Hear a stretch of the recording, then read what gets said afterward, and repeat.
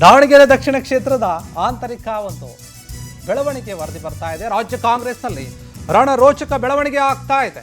ತಲೆದಂಡ ಕೂಡ ಆಗಿದೆ. ಕಾಂಗ್ರೆಸ್ ಹೈಕಮಾಂಡ್ ಕೈ ಸೇರಿದೆ. ಅಭಿಷೇಕ್ ದತ್ ಕೊಟ್ಟಂತಹ ವರದಿ, ಎಐಸಿಸಿ ಉಸ್ತುವಾರಿ ಕಾರ್ಯದರ್ಶಿ ಅಭಿಷೇಕ್ ದತ್ ವರದಿ ಕೊಟ್ಟಿದ್ದಾರೆ. ಅಭಿಷೇಕ್ ದತ್ ವರದಿ ಬೆನ್ನಲ್ಲೇ ಹೈಕಮಾಂಡ್ನಿಂದ ಖಡಕ್ ಆಕ್ಷನ್ ಕೂಡ ಆಗಿದೆ. ಸಸ್ಪೆಂಡ್ಗೂ ಬದಲೇ ರಾಜೀನಾಮೆ ಕೊಟ್ಟಿದ್ದಾರೆ ಅಬ್ದುಲ್ ಜಬ್ಬಾರ್. ಕೆಪಿಸಿಸಿ ಅಲ್ಪಸಂಖ್ಯಾತರ ಘಟಕದ ರಾಜ್ಯಾಧ್ಯಕ್ಷ ಹುದ್ದೆಗೆ ರಾಜೀನಾಮೆ ಕೊಟ್ಟಿರುವಂಥದ್ದು. ನಿನ್ನೆಯಷ್ಟೇ ಮುಸ್ಲಿಂ ನಾಯಕರಿಂದ ಷಡ್ಯಂತ್ರ ಎಂಬ ಆರೋಪ ಕೂಡ ಕೇಳಿ ಬಂದಿತ್ತು. ಎಂಎಲ್ಸಿ ಸಲೀಂ ಅಹಮದ್ ಮತ್ತು ಶಾಸಕ ರಿಜ್ವಾನ್ ಅರ್ಷದ್ ಏನಿದ್ದಾರೆ ಅವರು ಆರೋಪಿಸಿದ್ರು, ದಾವಣಗೆರೆ ದಕ್ಷಿಣ ಕ್ಷೇತ್ರದಲ್ಲಿ ಏನೋ ಒಂದು ರೀತಿಯ ಷಡ್ಯಂತ್ರ ಆಗಿದೆ, ಎಲ್ಲೋ ಒಂದು ಕಡೆ ಕಾಂಗ್ರೆಸ್ಗೆ ಹಿನ್ನಡೆ ಆಗ್ಬೋದು ಎನ್ನುವಂತಹ ಮಾತುಕತೆಗಳು ಕೇಳಿ ಬರ್ತಾ ಇತ್ತು. ಒಂದು ಆರೋಪ ಕೂಡ ಕೇಳಿ ಬಂದಿತ್ತು ಅಬ್ದುಲ್ ಜಬ್ಬಾರ್ ಅವರ ವಿಚಾರವಾಗಿ. ಎಲ್ಲೋ ಒಂದು ಕಡೆ ಅವರು ಸರಿಯಾದ ರೀತಿಯಲ್ಲಿ ಸ್ಪಂದಿಸಿಲ್ಲ ಚುನಾವಣೆಯಲ್ಲಿ, ಪ್ರಚಾರದಲ್ಲಿ ಕೂಡ ಅಷ್ಟೇ. ಮತ್ತು ಹಿಂದುಗಡೆ ಏನೋ ಒಂದು ರೀತಿಯಲ್ಲಿ ಈ ಕಾಂಗ್ರೆಸ್ ಹಿನ್ನಡೆಗೆ ಅವರು ಕೆಲಸ ಮಾಡಿದ್ದಾರೆ, ಬೇರೆ ಬೇರೆ ರೀತಿಯಾದ ಒಂದು ಚಟುವಟಿಕೆಗಳಲ್ಲಿ ತೊಡಗಿದ್ರು ಎನ್ನುವಂತಹ ಮಾತುಕತೆ ಕೇಳಿ ಬಂದಿತ್ತು. ಅವ್ರ ಮೇಲೆ ಆರೋಪ ಕೂಡ ಇತ್ತು. ಈಗ ಈ ರೀತಿಯಾದಂತಹ ಒಂದು ಆಕ್ಷನ್ ತಗೊಂಡಿದೆ ಹೈಕಮಾಂಡ್. ದಾವಣಗೆರೆ ಕ್ಷೇತ್ರದ ಆಂತರಿಕ ಬೆಳವಣಿಗೆ ವರದಿ ಏನಿದೆ ಅದು ಸಂಚಲನವನ್ನು ಮೂಡಿಸ್ತಾ ಇದೆ ರಾಜ್ಯ ರಾಜಕಾರಣದಲ್ಲಿ. KN ರಾಜಣ್ಣ ಅವರಿಗೆ ಆದಂತಹ ಗತಿಯೇ ಸಚಿವ ಜಮೀರ್ಗೂ ಕೂಡ ಬರುತ್ತಾ?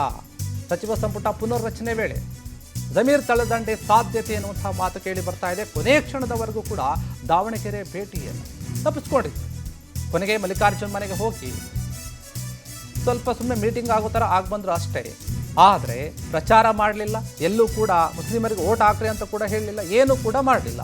ಆದರೆ ಈ ವರದಿ ಏನಿದೆ ಇದು ಈಗ ಹೈಕಮಾಂಡ್ ತೆಗೆದುಕೊಂಡಿರುವಂತಹ ನಿರ್ಧಾರ ಏನಿದೆ, ಎಲ್ಲೋ ಒಂದು ಕಡೆ ಈ ಹಿಂದೆ KN ರಾಜಣ್ಣ ಅವರಿಗೆ ಬಂದಂತಹ ಗತಿನೇ ಇನ್ನು ಮುಂದೆ ಸಚಿವ ಜಮೀರ್ ಅಹಮದ್ ಅವ್ರಿಗೂ ಕೂಡ ಬರುತ್ತಾ? ಅದೇ ರೀತಿಯಾಗಿ ಅವರನ್ನು ನಡೆಸ್ಕೊಳ್ಳುತ್ತಾ ಕಾಂಗ್ರೆಸ್ ಹೈಕಮಾಂಡ್ ಎನ್ನುವಂತಹ ಪ್ರಶ್ನೆ ಕೂಡ ಈಗ ಇದೆ ದೊಡ್ಡ ಮಟ್ಟದಲ್ಲಿ. ಯಾಕಂದರೆ ಈಗಾಗಲೇ ಬೈ ಎಲೆಕ್ಷನ್ ಮತದಾನ ಮುಗಿದಿದೆ, ಫಲಿತಾಂಶವು ಅಷ್ಟೇ ಮಾತ್ರ ಬಾಕಿ ಇರುವಂಥದ್ದು. ಹೀಗಿರುವಾಗ ಒಂದು ಚುನಾವಣೆಯ ಪ್ರಚಾರದಲ್ಲಾಗಿರ್ಬೋದು, ಬೇರೆ ಬೇರೆ ವಿಚಾರಗಳಲ್ಲಿ ಎಲ್ಲೋ ಒಂದು ಕಡೆ ಕೆಲ ನಾಯಕರು ಹಿಂದುಳಿದು ಬಿಟ್ಟರು, ಟಿಕೆಟ್ ಸಿಕ್ಕಿಲ್ಲ ಎನ್ನುವಂತಹ ವಿಚಾರವಾಗಿ, ಹೈಕಮಾಂಡ್ ಸರಿಯಾದ ರೀತಿಯಲ್ಲಿ ಸ್ಪಂದಿಸಿಲ್ಲ ಎನ್ನುವಂತಹ ವಿಚಾರವಾಗಿ ಕೂಡ ಸಾಕಷ್ಟು ಅಸಮಾಧಾನ ಇತ್ತು. ಆದರೆ ಈಗ ಒಂದು ಆರೋಪ ಏನು ಮಾಡಿದ್ರು, ಆ ವಿಚಾರವಾಗಿ ಈಗ ರಾಜೀನಾಮೆ ಕೊಟ್ಟಿದ್ದಾರೆ ಅಬ್ದುಲ್ ಜಬ್ಬಾರ್. ತಮ್ಮ ಹುದ್ದೆ ಏನಿತ್ತು ಅದಕ್ಕೆ ರಾಜೀನಾಮೆ ಕೊಟ್ಟಿರುವಂಥ ನಿಜಕ್ಕೂ ಕೂಡ ಹೈಕಮಾಂಡೇ ನಿರ್ಧಾರವನ್ನು ತೆಗೆದುಕೊಂಡು ಸಸ್ಪೆಂಡ್ ಮಾಡೋದಕ್ಕೂ ಮುಂಚೆ ಇವರು ಈ ರೀತಿಯಾದ ನಿರ್ಧಾರವನ್ನು ತೆಗೆದುಕೊಂಡಿರುವಂಥದ್ದು ಸಾಕಷ್ಟು ಪ್ರಶ್ನೆಗಳಿಗೆ ಕಾರಣವಾಗ್ತಾ ಇದೆ. ಏನಿರ್ಬೋದು ಹಾಗಾದರೆ ಹೈಕಮಾಂಡ್ ನಡೆ ಏನಿತ್ತು? ಅವರು ಹೇಳೋದಕ್ಕೂ ಮುಂಚೆ ಈ ರೀತಿಯಾದ ನಿರ್ಧಾರದಿಂದ ಸಾಕಷ್ಟು ಗೊಂದಲ ಉಂಟಾಗ್ತಾ ಇದೆ ಈಗ ರಾಜ್ಯ ಕಾಂಗ್ರೆಸ್ನಲ್ಲಿ. ಈಗಾಗಲೇ ಸಾಕಷ್ಟು ಸಮಸ್ಯೆಗಳು, ಪ್ರಶ್ನೆಗಳು ಇರುವಾಗ ಈ ರೀತಿಯಾದಂತಹ ಒಂದು ಬೆಳವಣಿಗೆ, ಈ ರೀತಿಯಾದಂತಹ ನಿರ್ಧಾರ ಯಾಕೆ ಎನ್ನುವಂತಹ ಪ್ರಶ್ನೆ ಇದೆ. ದಾವಣಗೆರೆ ಉಪಚುನಾವಣೆ ಆಂತರಿಕ ವರದಿ ಏನಿದೆ ಆ ವಿಚಾರ ನಿಜಕ್ಕೂ ಕೂಡ ಎಲ್ಲರಿಗೂ ಕೂಡ ಒಂದು ಪ್ರಶ್ನೆ ಮೂಡಿಸ್ತಾ ಇದೆ. ಮೈನಾರಿಟಿ ಪ್ರೆಸಿಡೆಂಟ್ ಏನಾಗಿದೆ, ಅದು ಪ್ರೆಸಿಡೆಂಟ್ ರೆಸಿಗ್ನೇಷನ್ ಅಡ್ಮಿರಲ್ ಆಗಿದ್ದೇವೆ, ಲೋಕಲ್ ಲೀಡರ್ಸ್ ಹತ್ರ ನಾನು ವರದಿ ಕೂಡ ತರಿಸ್ಕೊಳ್ತೀನಿ, ವರದಿ ಪಡೆದುಕೊಂಡ ಬಳಿಕ ನಾನು ಮಾತನಾಡ್ತೀನಿ ಅಂತ ಬೆಂಗಳೂರಲ್ಲಿ ಕೆಪಿಸಿಸಿ ಅಧ್ಯಕ್ಷ DK ಶಿವಕುಮಾರ್ ಅವರ ಹೇಳಿಕೆ ನೀಡಿರುವಂಥದ್ದು.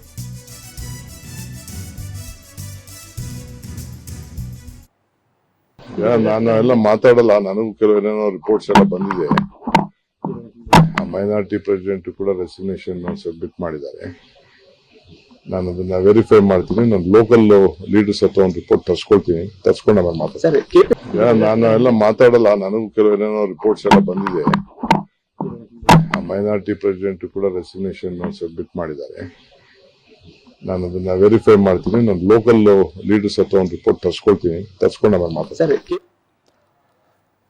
ದಾವಣಗೆರೆ ದಕ್ಷಿಣ ಕ್ಷೇತ್ರದಲ್ಲಿ ಏನಾಯಿತು? ಈಗ ಅಬ್ದುಲ್ ಜಬ್ಬಾರ್ ರಾಜೀನಾಮೆ ಕೊಟ್ಟರಲ್ಲ, ಅದಕ್ಕೇನು ಕಾರಣ? ಸಾಕಷ್ಟು ವಿಚಾರಗಳಿದೆ. ಈಗ DK ಶಿವಕುಮಾರ್ ಹೇಳ್ತಾ ಇದ್ದಾರೆ, ಅಲ್ಲಿ ಏನಾಯಿತು ಎತ್ತಾಯ್ತು ಅಂತ ನನಗೆ ಗೊತ್ತಿಲ್ಲ, ಅದ್ರ ಬಗ್ಗೆ ನಾನು ವರದಿ ತರಿಸ್ಕೊಳ್ತೀನಿ, ಯಾರಲ್ಲಿ ಲೋಕಲ್ ಲೀಡರ್ಸ್ಗಳಿದ್ದಾರೆ ಅವ್ರ ಹತ್ರ ಚರ್ಚೆ ಮಾಡ್ತೀನಿ, ವರದಿ ತರಿಸಿಕೊಂಡ ನಂತರನೇ ನಾನು ಅದ್ರ ಬಗ್ಗೆ ಮಾತನಾಡ್ತೀನಿ. ಯಾಕಂದರೆ ಇವರು ಕೂಡ ನಿರ್ಧಾರ ತೆಗೆದುಕೊಳ್ಳುವಂಥ ಒಂದು ಸ್ಥಾನದಲ್ಲಿದ್ದಾರೆ, KPCC ಅಧ್ಯಕ್ಷರಾಗಿದ್ದಾರೆ.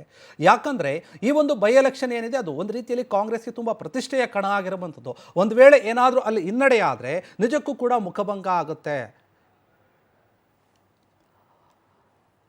ಇದ್ರ ಬಗ್ಗೆ ಮತ್ತಷ್ಟು ಮಾಹಿತಿ ಕೊಡ್ತಾರೆ ನಮ್ಮ ಪ್ರತಿನಿಧಿ ಆನಂದ್ ನೇರ ಸಂಪರ್ಕದಲ್ಲಿ. ಆನಂದ್, ಏನಿದು ಈ ರೀತಿಯಾದಂತಹ ಒಂದು ದೊಡ್ಡ ಬೆಳವಣಿಗೆ ಇದು ಕಾಂಗ್ರೆಸ್ನಲ್ಲಿ? ಅಬ್ದುಲ್ ಜಬ್ಬಾರ್ ಅವರ ಒಂದು ದಿಢೀರ್ ರಾಜೀನಾಮೆ ಸಾಕಷ್ಟು ಪ್ರಶ್ನೆಗಳನ್ನು ಹುಟ್ಟುಹಾಕ್ತಾ ಇದೆ. ಏನಾಗ್ತಾ ಇದೆ ಹಾಗಾದ್ರೆ ಕಾಂಗ್ರೆಸ್ನಲ್ಲಿ? ಭೀಮೇಶ್, ಪ್ರಮುಖವಾಗಿ ದಾವಣಗೆರೆ ದಕ್ಷಿಣ ಕ್ಷೇತ್ರಕ್ಕೆ ಟಿಕೆಟ್ ಘೋಷಣೆ ಆದಾಗಿಂದಲೂ ಕೂಡ ಅಲ್ಲಿ ಬಹಳಷ್ಟು ಒಂದು ಭಿನ್ನಮತ ಭುಗಿಲೆದ್ದಿರ್ತಕ್ಕಂಥದ್ದು. ಶಾಮನೂರು ಶಿವಶಂಕರಪ್ಪನವರ ಬಳಿಕ ಅಲ್ಪಸಂಖ್ಯಾತ ಮುಖಂಡರಿಗೆ ಅಲ್ಲಿ ಟಿಕೆಟ್ ಕೊಡಬೇಕು ಅನ್ನೋ ಒಂದು ಡಿಮ್ಯಾಂಡ್ ಇತ್ತು. ಆದರೆ ಅಂತಿಮವಾಗಿ ಶಾಮನೂರವರ ಮೊಮ್ಮಗ ಸಮರ್ಥ ಶಾಮನೂರವರಿಗೆ ಟಿಕೆಟ್ ಒಲಿಸ್ಕೊಳ್ತಕ್ಕಂಥ ಒಂದು ನಿಟ್ಟಲ್ಲಿ ಅವ್ರ ಕುಟುಂಬನೂ ಕೂಡ ಸಕ್ಸಸ್ ಆಗಿತ್ತು. ಆದರೆ ಈ ವಿಚಾರ ಅಲ್ಪಸಂಖ್ಯಾತರ ಅಸಮಾಧಾನಕ್ಕೆ ಕಾರಣವಾಗಿತ್ತು. ಪ್ರಮುಖವಾಗಿ ದಾವಣಗೆರೆ ದಕ್ಷಿಣ ಕ್ಷೇತ್ರದಲ್ಲಿ ಟಿಕೆಟ್ ವಿಚಾರಕ್ಕೆ ಸಂಬಂಧಪಟ್ಟಂತೆ ಅಲ್ಪಸಂಖ್ಯಾತದ ಎರಡು ಬಣಗಳ ನಡುವೆ ತೀವ್ರವಾದಂತಹ ಒಂದು ತಿಕ್ಕಾಟನೂ ಕೂಡ ನಡೆದಿತ್ತು. ಅಂತಿಮವಾಗಿ ಅಬ್ದುಲ್ ಜಬ್ಬಾರ್ ಅವರಿಗೆ ಟಿಕೆಟ್ ಕೊಡಬೇಕು ಅನ್ನೋ ಒಂದು ನಿಟ್ಟಿನಲ್ಲಿ ಒಂದಷ್ಟು ಮಾತುಕತೆ ನಡೆದಿದ್ರು ಕೂಡ ಕೆಲವು ಅಲ್ಪಸಂಖ್ಯಾತ ನಾಯಕರು, ಸ್ಥಳೀಯ ಮಟ್ಟದ ಅಲ್ಪಸಂಖ್ಯಾತ ನಾಯಕರು ಅದಕ್ಕೆ ಬೆಂಬಲವನ್ನ ಕೊಟ್ಟಿಲ್ಲ. ಅಬ್ದುಲ್ ಜಬ್ಬಾರ್ ಅವರಿಗೆ ಅಲ್ಲಿ ಪಾಪ್ಯುಲಾರಿಟಿ ಇಲ್ಲ, ಅವರಿಗೆ ಜನಪ್ರೀತಿ ಇಲ್ಲ, ಕಾರ್ಯಕರ್ತರು ಕೂಡ ಅವರಿಗೆ ಟಿಕೆಟ್ ಕೊಡೋದು ಬೇಡ ಅನ್ನೋ ಒಂದು ಮಾತನ್ನ ಹೇಳ್ತಾ ಇದ್ದಾರೆ. ಹಾಗಾಗಿ ಸಮರ್ಥ ಅವರಿಗೆ ಟಿಕೆಟ್ ಕೊಡಬೇಕು ಅನ್ನೋ ಒಂದು ವಿಚಾರವನ್ನ ಕೆಲವು ಅಲ್ಪಸಂಖ್ಯಾತ ನಾಯಕರ ಮುಂದಿಟ್ರು. ಇದು ಅಬ್ದುಲ್ ಜಬ್ಬಾರ್ ಅವರ ಅಸಮಾಧಾನಕ್ಕೂ ಕೂಡ ಕಾರಣವಾಗಿತ್ತು. ಜೊತೆಗೆ ಅಬ್ದುಲ್ ಜಬ್ಬಾರ್ ಅವರಿಗೆ ಟಿಕೆಟ್ ಕೊಡಲೇಬೇಕು ಅಂತ ಜಮೀರ್ ಅಹಮದ್ ಅವರು ಹಾಗೆ ನಸೀರ್ ಅಹಮದ್ ಅವರು ಇವರಿಬ್ಬರು ಕೂಡ ಸಿಕ್ಕಾಪಟ್ಟೆ ಒಂದು ಬ್ಯಾಟಿಂಗ್ ಅನ್ನ ಮಾಡಿದ್ರು. ಅದ್ಯಾವುದು ಕೂಡ ಕೈಗೂಡಲಿಲ್ಲ. ಅಂತಿಮವಾಗಿ ಅಲ್ಪಸಂಖ್ಯಾತರಿಗೆ ಕೈ ಬಿಟ್ಟು ಇವರಿಗೆ ಟಿಕೆಟ್ ಅನ್ನ ಕೊಟ್ಟಿರ್ತಕ್ಕಂಥದ್ದು ಬಹಳಷ್ಟು ಒಂದು ಅಸಮಾಧಾನಕ್ಕೆ ಕಾರಣವಾಗಿತ್ತು. ಇದೇ ಒಂದು ಅಸಮಾಧಾನದಿಂದ ಜಮೀರ್ ಅಹಮದ್ ಅವರು ಕೂಡ ಆ ಕ್ಷೇತ್ರದ ಕಡೆ ಮುಖ ಮಾಡಲಿಲ್ಲ.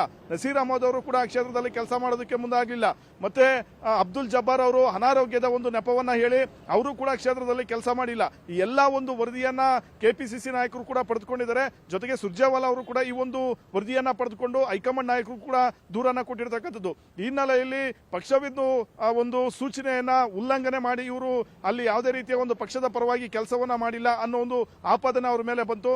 ಜೊತೆಗೆ ಈಗಾಗಲೇ ಎಐಸಿಸಿಯಿಂದನೂ ಕೂಡ ಒಂದು ಡೈರೆಕ್ಷನ್ ಅನ್ನ ನೀಡಲಾಗಿದೆ. ಅಬ್ದುಲ್ ಜಬ್ಬಾರ್ ಅವರು ತಮ್ಮ ಕೆಪಿಸಿಸಿ ಅಲ್ಪಸಂಖ್ಯಾತ ಘಟಕದ ರಾಜ್ಯಾಧ್ಯಕ್ಷ ಸ್ಥಾನಕ್ಕೆ ರಾಜೀನಾಮೆಯನ್ನು ಕೊಡಬೇಕು ಅನ್ನೋ ಒಂದು ಸಂದೇಶ ಬಂದಿದೆ ಅನ್ನೋ ಮಾಹಿತಿಗಳು ಸಿಗ್ತಾ ಇರ್ತಕ್ಕಂಥದ್ದು. ಆ ಒಂದು ಸಂದೇಶದ ಹಿನ್ನೆಲೆಯಲ್ಲಿ ಅಬ್ದುಲ್ ಜಬ್ಬಾರ್ ಅವರು ತಮ್ಮ ರಾಜ್ಯಾಧ್ಯಕ್ಷ ಘಟಕಕ್ಕೆ ಒಂದು ರಾಜೀನಾಮೆಯನ್ನ ನೀಡಿದ್ದಾರೆ ಅನ್ನೋ ಮಾಹಿತಿಗಳು ಕೂಡ ಇವಾಗ ಲಭ್ಯವಾಗಿರ್ತಾ ಇರ್ತಕ್ಕಂಥದ್ದು. ಮುಂದೆ ಜಮೀರ್ ಅಹಮದ್ ಅವ್ರಿಗೂ ಕೂಡ ಇದೇ ವಿಚಾರ ಕುತ್ತು ತರುತ್ತಾ ಅನ್ನೋ ಒಂದು ಪ್ರಶ್ನೆ ಕೂಡ ಇಲ್ಲಿ ಮುಂದಾಗುತ್ತೆ. ಯಾಕೆಂದ್ರೆ ಹಿಂದೆ ಕೆ ಎನ್ ರಾಜಣ್ಣ ಅವರು ಪಕ್ಷದ ವಿರುದ್ಧವಾಗಿ ರಾಹುಲ್ ಗಾಂಧಿ ವಿರುದ್ಧವಾಗಿ ಮಾತನಾಡಿ ಅವರು ಸಚಿವ ಸ್ಥಾನವನ್ನ ಕಳೆದುಕೊಂಡಿದ್ರು. ಅದೇ ಒಂದು ಪರಿಸ್ಥಿತಿ ಈಗ ಜಮೀರ್ ಅಹಮದ್ ಅವ್ರಿಗೂ ಕೂಡ ನಿರ್ಮಾಣವಾಗುತ್ತಾ ಅನ್ನೊಂದು ಪ್ರಶ್ನೆಯಲ್ಲಿ ಕಾಡ್ತಾ ಇದೆ. ಯಾಕೆಂದ್ರೆ ಕೆಪಿಸಿಸಿ ದಲ್ಲೂ ಕೂಡ ಜಮೀರ್ ಅಹಮದ್ ಅವರಿಗೆ ಸಂದೇಶ ಹೋಗಿತ್ತು. ಹಾಗೆ ಸುರ್ಜೇವಾಲಾ ಅವರು ಕೂಡ ಸಂದೇಶವನ್ನ ಕೊಟ್ಟಿದ್ರು. ಡೇ ಒನ್ ಇಂದ ನೀವು ದಾವಣಗೆರೆ ದಕ್ಷಿಣ ಕ್ಷೇತ್ರದಲ್ಲಿ ಕೆಲಸ ಮಾಡಬೇಕು, ಯಾವೆಲ್ಲ ಅಲ್ಪಸಂಖ್ಯಾತ ಮುಖಂಡಗಳ ಅಸಮಾಧಾನ ಇದೆ ಅವರೆಲ್ಲ ಕರೆದು ಅವರ ಒಂದು ಅಸಮಾಧಾನವನ್ನು ಶಮನ ಮಾಡಿ ಆ ಪಕ್ಷದ ಅಭ್ಯರ್ಥಿ ಪರವಾಗಿ ಕೆಲಸ ಮಾಡಬೇಕು ಅನ್ನೋ ಒಂದು ಸಂದೇಶವನ್ನ ಕೊಟ್ಟಿದ್ರು. ಆದ್ರೆ ಜಮೀರ್ ಅಹಮದ್ ಅವರು ಕೇರಳದಲ್ಲಿ ನಮಗೆ ಜವಾಬ್ದಾರಿಯನ್ನ ಕೊಟ್ಟಿದ್ದಾರೆ ಅನ್ನೋ ಒಂದು ನೆಪವನ್ನ ಹೇಳಿ ಇಡೀ ಬಹಳಷ್ಟು ಒಂದು ದಿನ ಕೇರಳದಲ್ಲೇ ಒಂದು ಠಿಕಾಣಿಯನ್ನ ಹೂಡಿದ್ರು. ಆದ್ರೆ ಈ ಕಡೆ ಬರಲೇ ಇಲ್ಲ. ಈ ಒಂದು ಅಸಮಾಧಾನ ಮತ್ತೆ ಜಮೀರ್ ಅಹಮದ್ ಅವರು, ನಸೀರ್ ಅಹಮದ್ ಅವರು ಇವರ ಒಂದು ನಡೆ ಏನಿದೆ ಇದ್ರ ವಿರುದ್ಧ ಸ್ಥಳೀಯ ಮುಖಂಡರು ಕೂಡ ಸುರ್ಜೇವಾಲಾ ಅವರಿಗೆ ಕಂಪ್ಲೇಂಟ್ ಅನ್ನ ಕೊಟ್ಟಿದ್ರು. ಹೀಗಾಗಿ ಈ ಎಲ್ಲ ಒಂದು ಪಕ್ಷದ ಬೆಳವಣಿಗೆಗಳಿಂದ ಅಬ್ದುಲ್ ಜಬ್ಬಾರ್ ಅವರು ಕೂಡ ಬೇಸತ್ತಿದ್ರು. ಜೊತೆಗೆ ನಿನ್ನೆ ಅಷ್ಟೇ ರಿಜ್ವಾನ್ ಅರ್ಷದ್ ಅವರು ಹಾಗೆ ಸಲೀಂ ಅಹಮದ್ ಸೇರಿದಂತೆ ಕೆಲವು ಅಲ್ಪಸಂಖ್ಯಾತ ಮುಖಂಡರು ಕೆಪಿಸಿಸಿಯಲ್ಲಿ ಪ್ರೆಸ್ ಮೀಟ್ ಅನ್ನ ಮಾಡಿದ್ರು. ಈ ಸಂದರ್ಭದಲ್ಲಿ ಅಬ್ದುಲ್ ಜಬ್ಬಾರ್ ಅವರು ಪಕ್ಷದ ಪರವಾಗಿ ಕೆಲಸವನ್ನ ಮಾಡಿಲ್ಲ, ಅವರಿಗೆ ಪಾಪ್ಯುಲಾರಿಟಿ ಇಲ್ಲ ಅನ್ನೋ ಒಂದು ವಿಚಾರವನ್ನು ಕೂಡ ಪ್ರಸ್ತಾಪ ಮಾಡಿದ್ರು. ಈ ಎಲ್ಲ ಒಂದು ವಿಚಾರಗಳಿಂದ ಬೇಸತ್ತು ಈಗ ಅಬ್ದುಲ್ ಜಬ್ಬಾರ್ ಅವರು ತಮ್ಮ ಕೆಪಿಸಿಸಿ ಅಲ್ಪಸಂಖ್ಯಾತ ಘಟಕದ ರಾಜ್ಯಾಧ್ಯಕ್ಷ ಸ್ಥಾನಕ್ಕೆ ರಾಜೀನಾಮೆಯನ್ನ ಕೊಟ್ಟಿದ್ದಾರೆ. ಮುಂದೆ ಹೈಕಮಾಂಡ್ ನಾಯಕರು ಜಮೀರ್ ಅಹಮದ್ ಅವರ ವಿರುದ್ಧನೂ ಕೂಡ ಶಿಸ್ತು ಕ್ರಮವನ್ನು ತೆಗೆದುಕೊಳ್ತಕ್ಕಂಥ ಒಂದು ಸಾಧ್ಯತೆ ಇದೆ. ಒಟ್ಟಿನಲ್ಲಿ ಬೈ ಎಲೆಕ್ಷನ್ ಮುಗಿದ ಬೆನ್ನಲ್ಲೇ ದಾವಣಗೆರೆ ದಕ್ಷಿಣ ಕ್ಷೇತ್ರದಲ್ಲಿ ಅಲ್ಪಸಂಖ್ಯಾತರ ಮುಖಂಡರಲ್ಲಿ ಭಿನ್ನಮತ ಏನಿದೆ ಇದು ಭುಗಿಲೆದ್ದಿರ್ತಕ್ಕಂಥದ್ದು.